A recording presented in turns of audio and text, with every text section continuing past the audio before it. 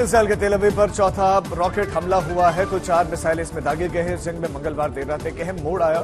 Yemen के हुती विद्रोहियों ने भी इसराइल पर मिसाइल दागे हैं। कई मीडिया रिपोर्ट्स में इजरायली सेना ने के हवाले से दावा किया गया है कि कुछ मिसाइल और कुछ ड्रोन्स को हवा में ही मार गिराया गया।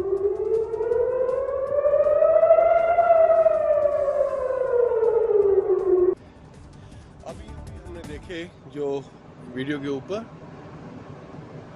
4 लगातार मिसाइल, बड़ा धमाका हुआ है। 5वीं आवाज थोड़ी कम आई है, शायद आयरन डोम की थी।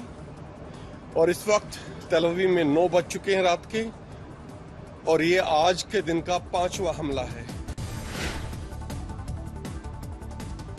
उत्तरी गजा के एक हवाई मार्ग देखा गया। सैटेलाइट से उत्तरी गजा में इसराइल के जमीनी अभियानों का पता चला है। इसराइल के बख्तर-बंद वाहन तबाह हुए शहर में 5 किलोमीटर तक आगे बढ़ रहे हैं। पूरे अभियान का सैटेलाइट इमेज सामने भी आया।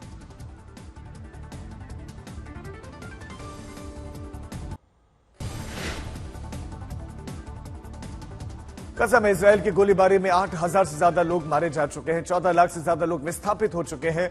ये वो गजा है जहां पर हमास ने 500 किलोमीटर तक लंबी सुरंग बनाई है, लेकिन उसने अपने लोगों को बचाने के लिए एक भी बॉम्ब शेल्टर नहीं बनाया।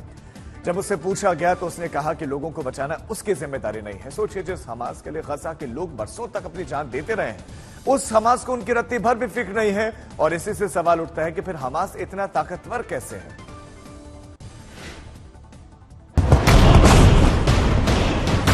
गाजा में आगे बढ़ती इजरायली सेना अपने सबसे खतरनाक मिशन पर है।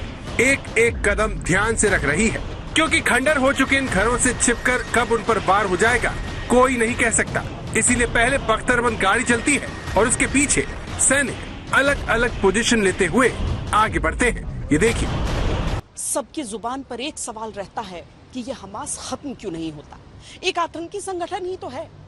फिर ऐसी क्या बात है कि एक पूरे देश की सेना उसके खिलाफ लग गई है, लेकिन इतने दिनों से उसे होते हुए तमाम नुकसान के बावजूद ये हमास मरता ही नहीं है। Shweta Singh, Tel Aviv, Israel आज तक।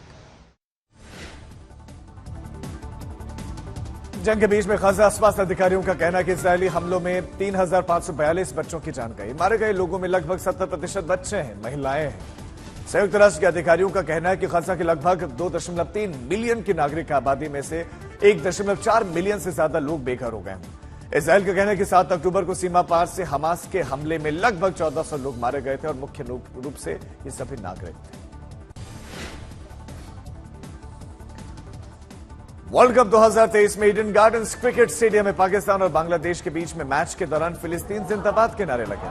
दरअसल पाकिस्तान बनाम बांग्लादेश के बीच में वर्ल्ड कप 2023 के मैच के दौरान मंगलवार को कोलकाता के ऐतिहासिक ईडन गार्डन्स स्टेडियम के अंदर एक शख्स फिलिस्तीन का झंडा लहराता नजर आया। ईडन गार्डन्स स्टेडियम के गैलरी में यह शख्स फिलिस्तीन का झंडा खुलेआम लहरा रहा था और लेकर खड़ा था। पुलिस ने 4 लोगों को इस बाबत हिरासत में लिया।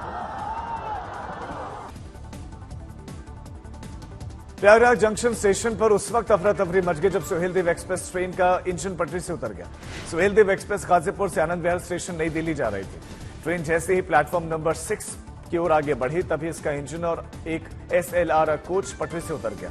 गनीमत रही कि ट्रेन ने स्पीड नहीं पकड़ी थी। अधिकारियों के मुताबिक सभी यात्री सुरक्षित हैं और रेस्क्यू का काम जारी है।